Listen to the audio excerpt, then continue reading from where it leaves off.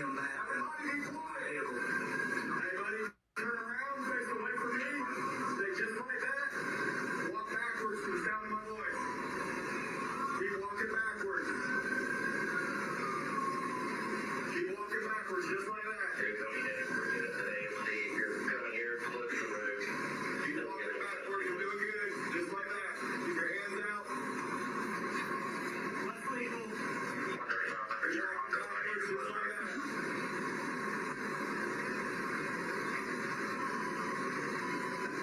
Go down to your knees. Keep your arms out. Put your arms on your head. Ready, bro? Thank you. Thank you. Hands on. Do not resist them, okay?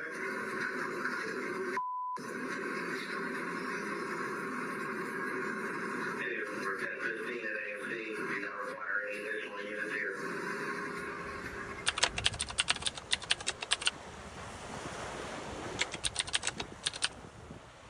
An active shooter was reported at a local Home Depot in Escambia County, leaving 1 dead and 2 injured. Today, the woman shot to death inside a Home Depot in Pensacola is being identified as 18-year-old Brooklyn Sims. Store patrons had no idea if this was a random attack or an isolated matter, but regardless of which one it may have been, they were in fear for their lives. And although no patron could predict the experience that they would face in Home Depot that Friday afternoon, there was, however, one contract employee who knew a lot more than she was initially letting on. What information did this employee have, and who was the active shooter?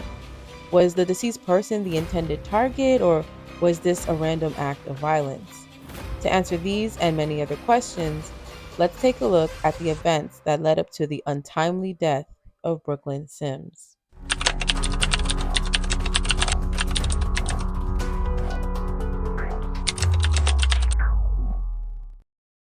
Puppy love, aka young love, is described as a romantic relationship amongst two people in their teens or early 20s. These relationships typically display similar patterns such as intense emotions, overwhelming sense of discovery and excitement, and high levels of lust.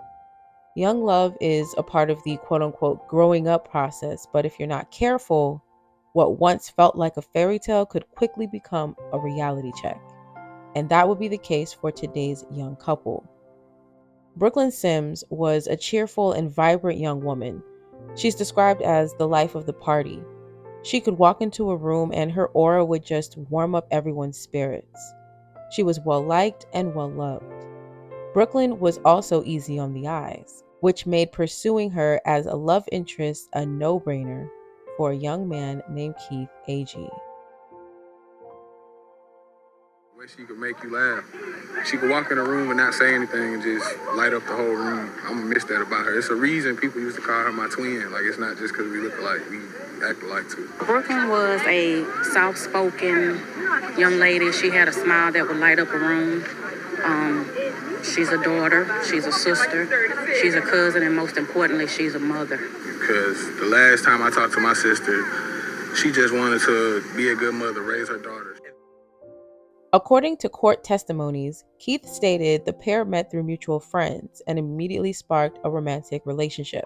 However, what started off as a young, innocent love connection turned quite serious when the pair learned that they would be expecting their first child together just a year into their adolescent romance. Although having a child is always a blessing, this would not be the most ideal situation for the young pair, as they still had their whole lives ahead of them. The news of Brooklyn's pregnancy was more than likely the origin of their problems in the relationship. Either that or it just added on to the pre-existing ones. It was stated by Keith, as well as friends and family members of Brooklyn, that their relationship was very unstable. They dated off and on for approximately 3 years, which would be the time frame leading up to this horrific event. More than likely, this may have been due to the new pressures of being brand new parents and learning how to navigate as such. In the more recent months leading up to the fateful day of August 11th, 2023, Brooklyn had made it clear that she was no longer interested in a serious relationship with Keith. her main focus was to simply co-parent and be the best mother she could be to their now 2-year-old daughter. And as clear as Brooklyn was, it didn't seem like Keith was reciprocating the message very well. Keith was the type of guy that would do what he wanted, when he wanted, and with whom he wanted, without any regard to others' feelings. And today's story highlights just that. Now, although he had a respectable, tight-knit relationship with his father, Keith Sr., who he was also the only son of, it was Sheila, his mother, who had a tight grip on Keith Jr. From an early age, it seemed that Sheila gave Keith a pass quite often when it came to things that he should normally have been punished for. Ultimately, this would lead to a sense of entitlement that Keith had, which got him into a lot of trouble as he was stepping into adulthood, particularly trouble in his love life. Court records show AG was charged twice in the last 2 years in Mobile with domestic violence. In both cases, the charges were dropped when that alleged victim refused to testify. It's presumed that Keith AG Sr., Keith's dad, and Sheila tried to set the bar high when it came to being the role models for their kids. Unfortunately for them, the bar was pretty low in the love department. His parents' relationship was pretty rocky as well, much like him and Brooklyn's relationship, which didn't make for the best examples of how to care for one another. Outside of the daughter that Sheila shared with Keith Sr., he also had another daughter around the same time. But it's unclear if he stepped out on Sheila or if this occurred during one of their many breakups. But needless to say, they would eventually split and Sheila would start to spiral. After Keith's parents split, his father would remarry and live a happy life with his new wife, while Sheila remained bitter with a chip on her shoulder. Now, one thing about Sheila, even though she was divorced and single, she was constantly gloating about how beautiful she was, and she made sure everyone knew it. There was no such thing as humble when it came to her appearance. But as irony would have it, wearing jealousy and bitterness for 5 years after divorce did not make for the best skincare routine. With Keith Sr. out of the picture, that made Keith Jr. the quote-unquote man of the house, and he got a front row ticket to hear all about Sheila's bitterness. And this was more than likely what trickled into how he treated women in his relationships. And although Brooklyn and Keith were not together in the more recent months leading up to her death, they were still sexually active with one another from time to time, which leads us to the week of Doomsday.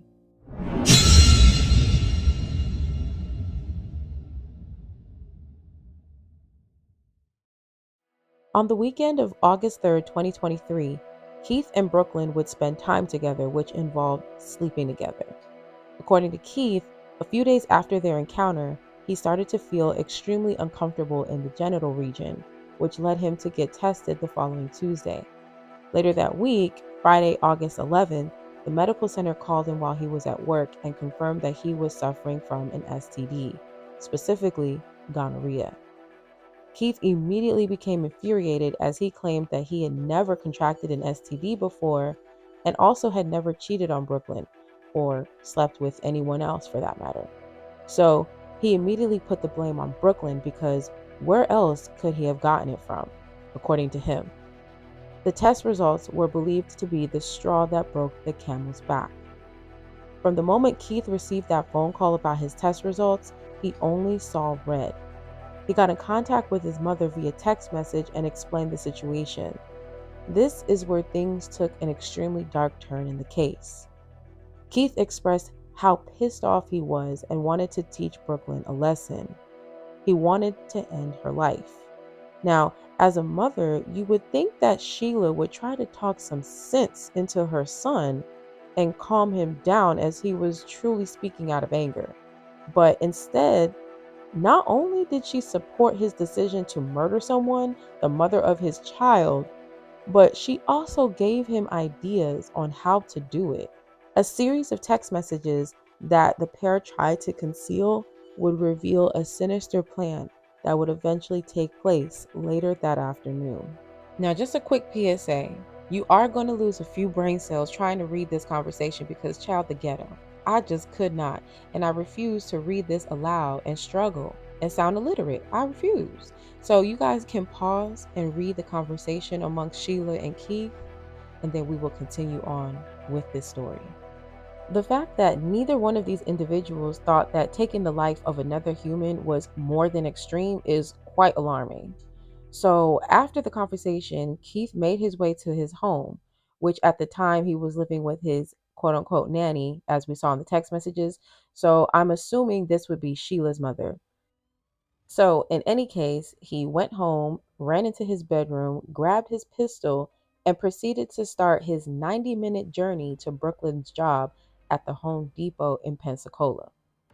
So, as time was winding down for Brooklyn, Sheila, who was Brooklyn's supervisor, gave her a ride to work, more than likely to ensure that Brooklyn would be there when Keith arrived to take action on his premeditated hit.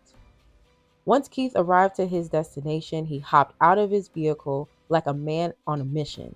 Surveillance cameras caught Keith entering the Home Depot, intensely walking down the aisles looking for Brooklyn. Once he found her, he confronted her about the STD, stating, quote unquote, "You gave me something." And according to his words, Brooklyn seemed frustrated and annoyed, stating, quote, "Not this again," end quote, and turned her back to him. From there, Keith decided that the conversation was over, took out his gun, and started letting bullets fly. The sound of gunshots rang through the store and had everyone in a frenzy. Two of Brooklyn's co-workers would be grazed by the flying bullets that ricocheted off of steel beams. But unfortunately for Brooklyn, the injuries she sustained would be fatal. The surveillance footage also caught Keith running out of Home Depot and speeding off in a sedan. The crime itself took only a few minutes, as later on, co-workers would testify that she only had about 5 minutes left before she was due to get off of her shift. So having that information would make sense as to why Keith headed straight for Home Depot to ensure that he caught her before she got off. It wasn't too long after this attack that Keith would eventually call 911 and turn himself in. Call him back. Everybody be quiet. Everybody turn around, face away from me. Say just like that. Walk backwards to the sound of my voice. Keep walking backwards. Keep walking backwards, just like that. You're coming in for a minute today. See if you're coming here close to the road. Keep walking backwards. You're doing good. Just like that. Keep your hands out. That's legal. You're on backwards, just like that.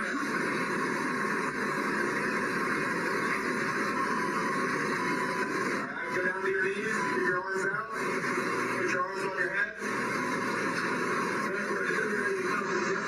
Ready, bro? Thank you. Thank you. Thank you. Just like that. Keep your hands on. Do not resist them, okay?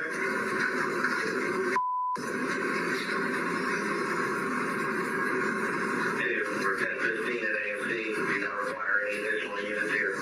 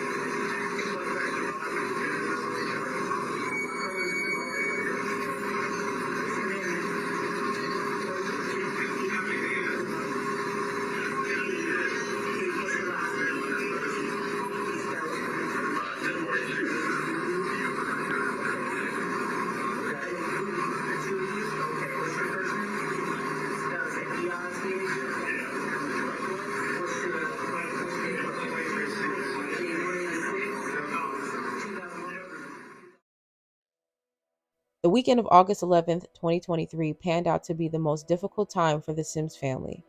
Their lives were literally turned upside down in the blink of an eye, because not only did they learn that they lost a loved one, but it was at the hands of her baby daddy, who they also considered family, Keith Agee.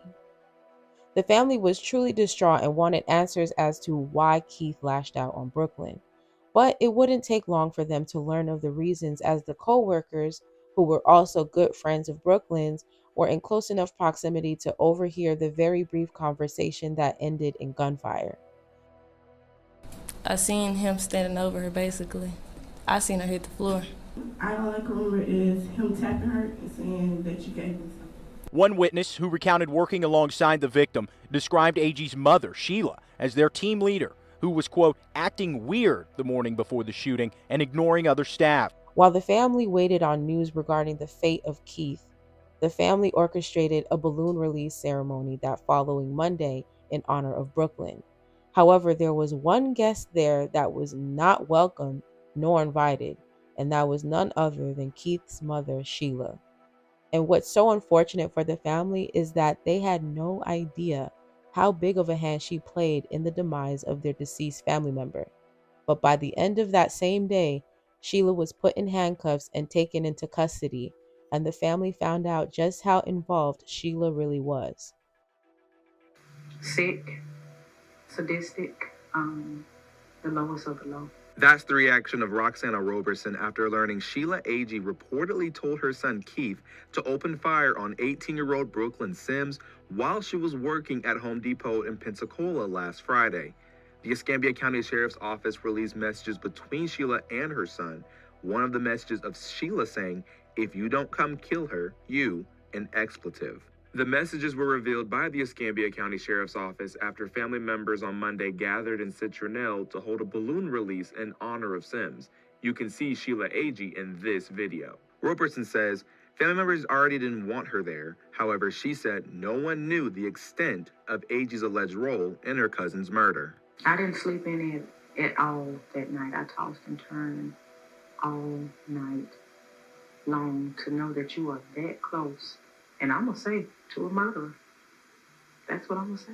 You didn't pull the trigger, but you gave him the direction. Roberson says the family started making funeral plans for Sims this afternoon.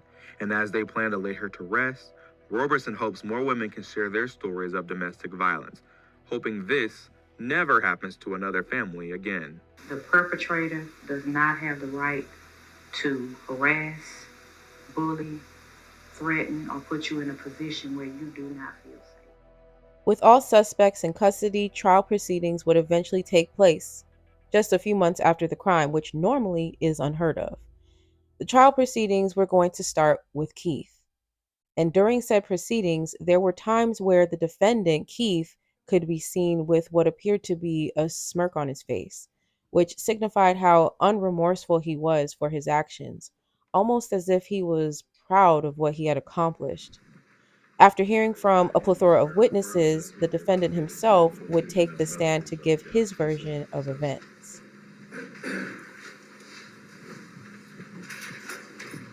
All right, I've been pointed out several times today, but I want you to state your full name for the jury and spell your last name for the record. Keith Eric Agee, A-G-E-E. How old are you, Mr. Agee? I'm 20 years old. Where are you from originally? Calvert, Alabama. You were living there at the time of this crime? Yes, sir. Were you employed? Yes, sir. Where did you work? I worked as a steel operator for AM&S Calvert. How long have you been working there? I just started recently, 2 months prior to this. Do you know the deceased Brooklyn Sims? Yes, sir. How long have you known her? Approximately close to 3 years. How did you two meet? Through mutual friends. What was the nature of your relationship? We were boyfriend and girlfriend. Consistently the entire time you've known her? On and off, multiple times during the 3 years. Do you have any children together? Yes, sir. How many? 1. How old? She just turned 2 in October. What's her name? Casey.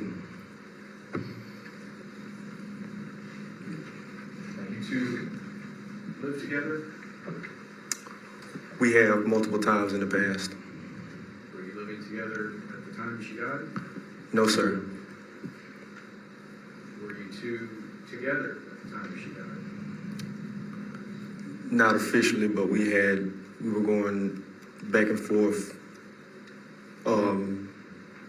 romantically. When was the last time, when you say romantically, that includes sexually? Yes, sir.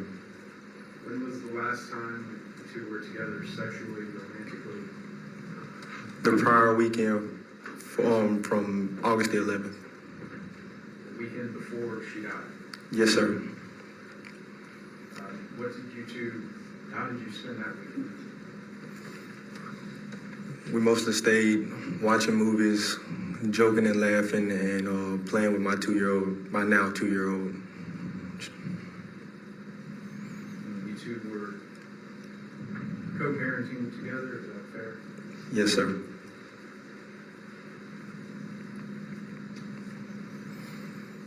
Well, I'm going to quit beating around the bush now. You killed Brooklyn Sims. Yes, sir. You're the one on the video at Home Depot. Yes, sir. Let's walk through that day. How did the day begin? It started off as any other average morning. I got up for work early, got dressed, and started my day and proceeded to work. Did you have to work that day? Yes, sir. Well, the state's introduced text messages between you and your mother. Is that correct? That was between you and your mother? Yes, sir. Did at some point that day you discover you had been diagnosed with gonorrhea? Yes, sir. How did you find that out?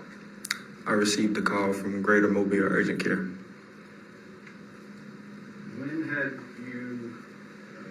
When had you taken an STD test? Before Tuesday to that date. Tuesday prior to the shooting? Yes, sir. Why did you have that test done? I started experiencing abnormalities that I've never had while peeing and resting and sitting down. Had you ever had a sexually transmitted disease before? Never in my life. Other than the weekend, was that immediately after the weekend you had spent with Brooklyn? Yes, sir. The following Tuesday, I got a test. Had you been sexually active with anyone else? Not for almost 2 months with anybody else.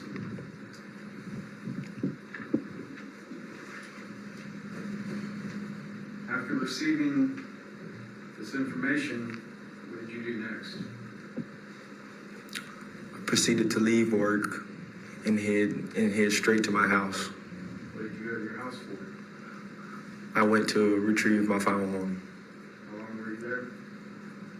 Not approximately a minute and 30 seconds. So maybe a minute 15, a minute.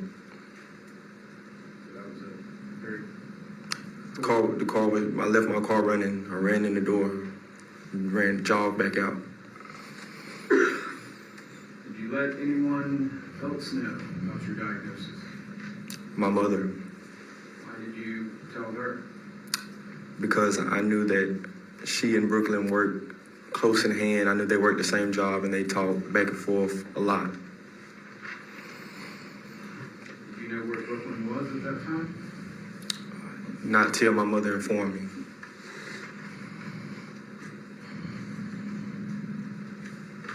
Do you recall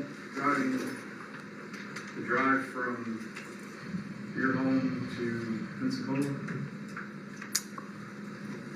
I don't recall the whole trip. I recall spots of driving. Let me back up a bit. After you were informed you had an STD, how did you feel? Enraged, betrayed, hurt. text messages are in evidence. You intend to get revenge on them? Yes, I intended to.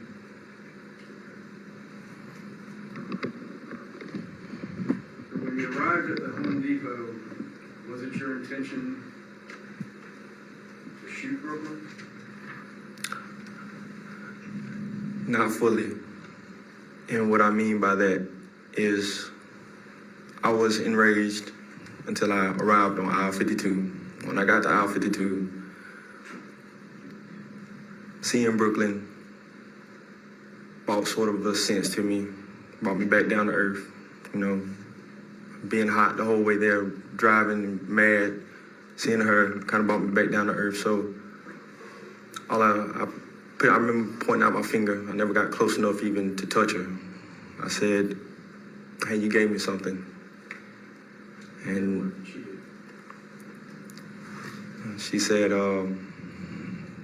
not this again, and turned around and proceeded to walk off from me. How did that make you feel? I've never been so mad in my life. What happened next?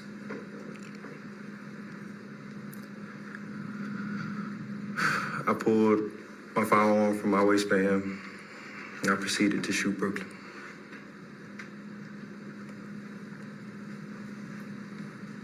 One second, Tom. Yes.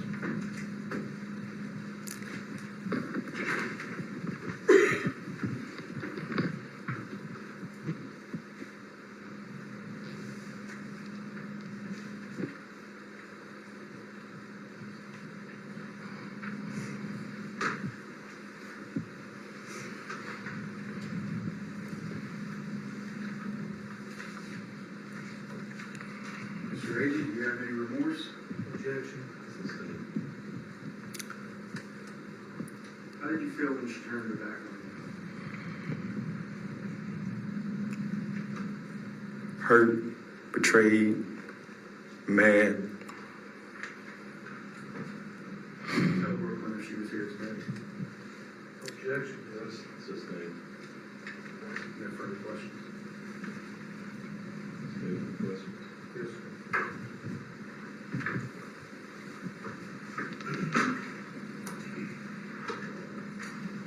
We heard testimony earlier today that Calvert is 2 hours away. Is that right? For the average trip, it didn't take me 2 hours. How long did it take you? Anywhere close to around an hour and 30. So 1 hour and a half. It took you. Yes, sir. Did you stop anywhere along the way? I think I stopped to get gas along the way. Did you not stop in Loxley? I think that's one of the stores I stopped by. I can't recall. How many stops did you make? Only one. Why do you say one of the stores you stopped at? Because I can't approximately remember what store I stopped at along any of the exits. I'm not too familiar with any of the area going further around Loxley. Anywhere past Mobile Bridge. Any idea how many exits are between Calvert and Home Depot?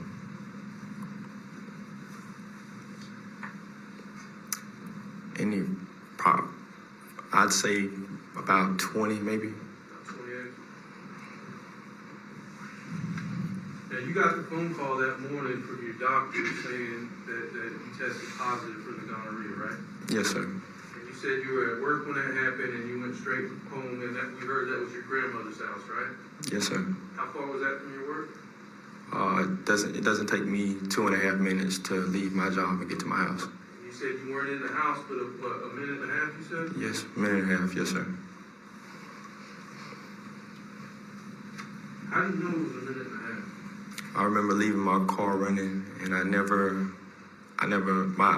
from a park close to the house, and it's not 15 feet from the front porch to my room and back, and I jogged in, jogged out. All right, you went straight to your room, you got your pistol. Yes, sir. That's the same pistol we saw earlier today. Yes, sir. Was your grandmother home? Yes, sir. Did you talk to her? No, sir.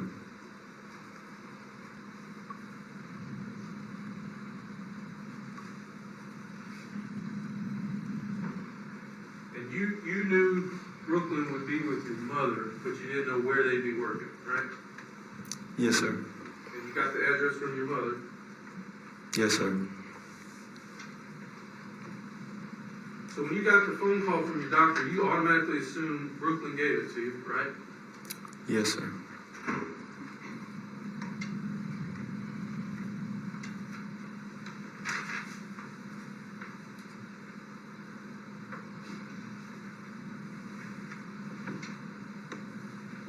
So your testimony is that you drove an hour and a half after getting your pistol.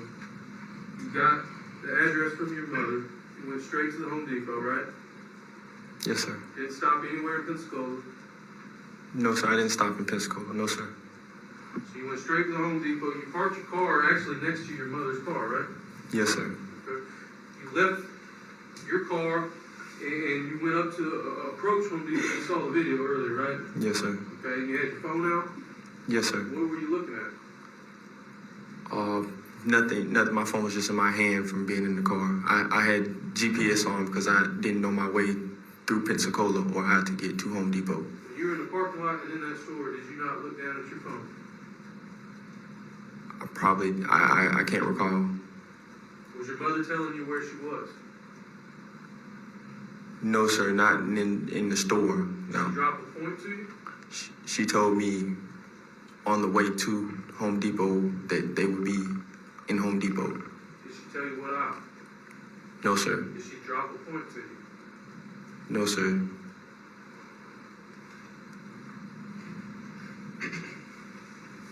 You enter the Home Depot in the main entrance and you walk directly to aisle 52, right?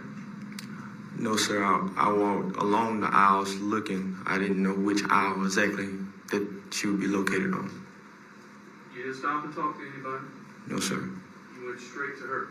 Yes, sir. You walked down, once you saw her, you walked down the aisle and you said, you gave me something. Yes, sir.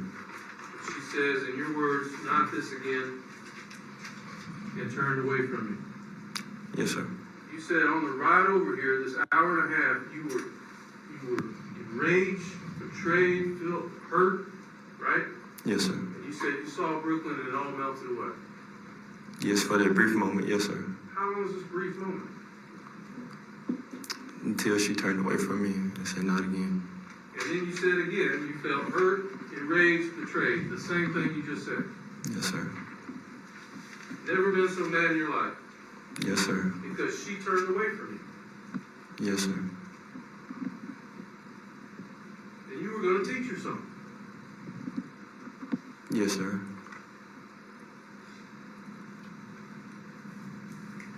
And that's when you pulled out your pistol and you shot her. And you had no idea how many times you shot? No, sir. I can't recall approximately. Is your gun jammed? We saw it jammed. No, sir. Not that I recall.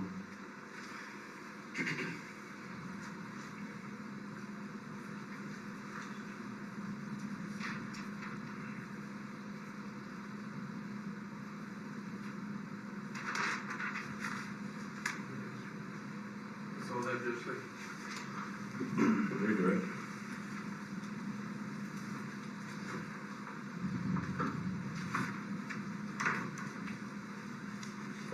Would you have shot Brooklyn if she hadn't turned around, turned her back to you? No, sir. So we can set that then.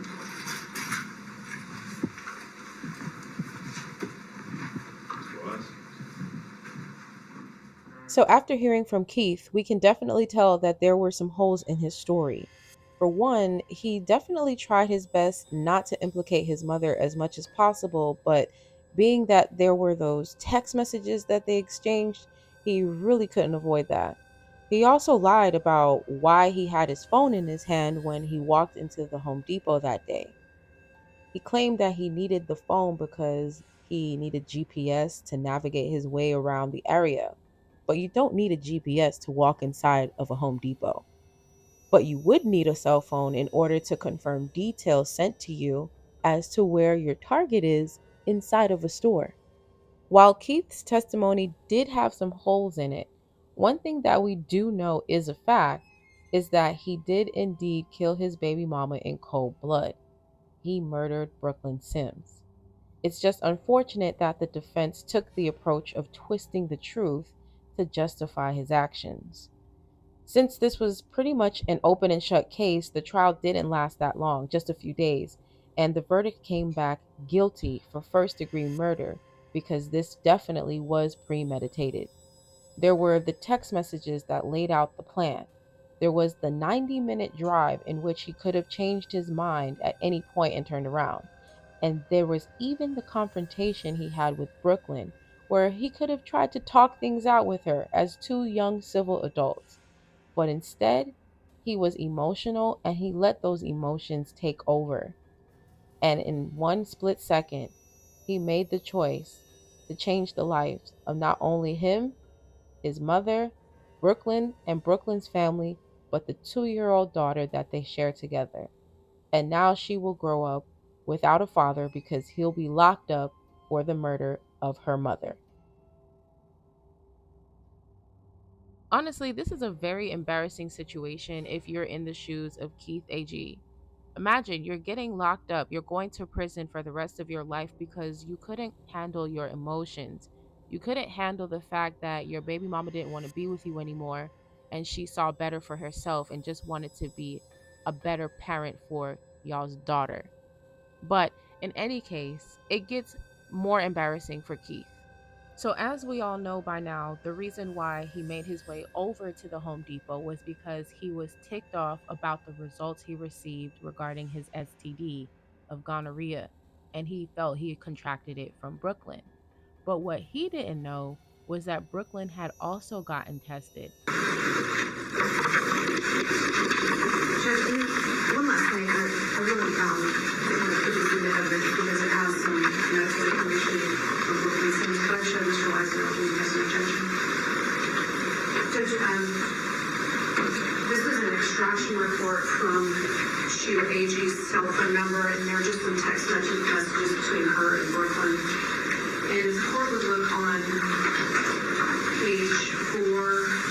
Brooklyn sent a picture of the doctor's appointment she had on August 5th. And if you look at the very last page, it just shows that Brooklyn actually did not have gonorrhea. And I know in the grand scheme of things it doesn't matter, but we just wanted to give Ms. Sims a little bit of dignity.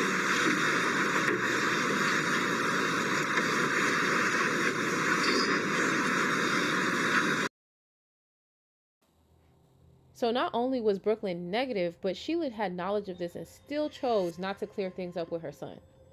She stood by and allowed him to continue on with a murder plot, knowing he couldn't come back from it.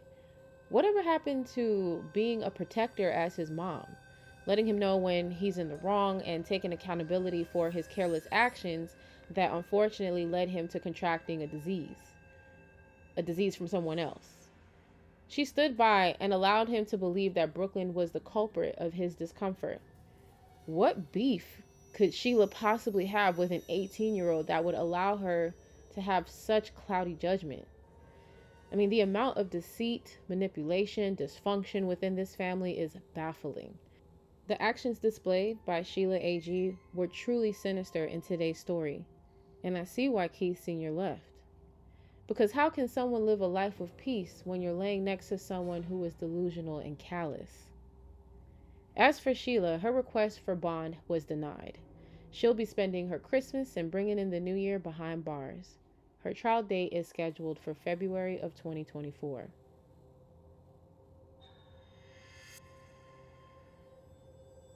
The number of senseless acts within this case is truly disturbing, and it's unfortunate that in the process of all of this, an innocent woman lost her life. Whether positive or not, it never constituted death. I do want to send condolences to the family and friends of Brooklyn Sims. May her soul rest in peace. How are y'all feeling about Brooklyn's story? Let me know down in the comment section. Do you believe that Keith received a fair sentencing, or should it have been more severe? And what about his co-conspirator Sheila, his mom? What do you believe she should get charged with? I'm eager to see how things play out for Sheila in February of 2024. If you're not ready to go, there should be a playlist on the screen where you can watch other stories that I've covered here on the channel. Some of them are on camera, others are off camera. And I do want to thank you again for stopping by and listening to Brooklyn's story. Don't forget to subscribe to the channel, and I'll see you all in another video. Stay safe.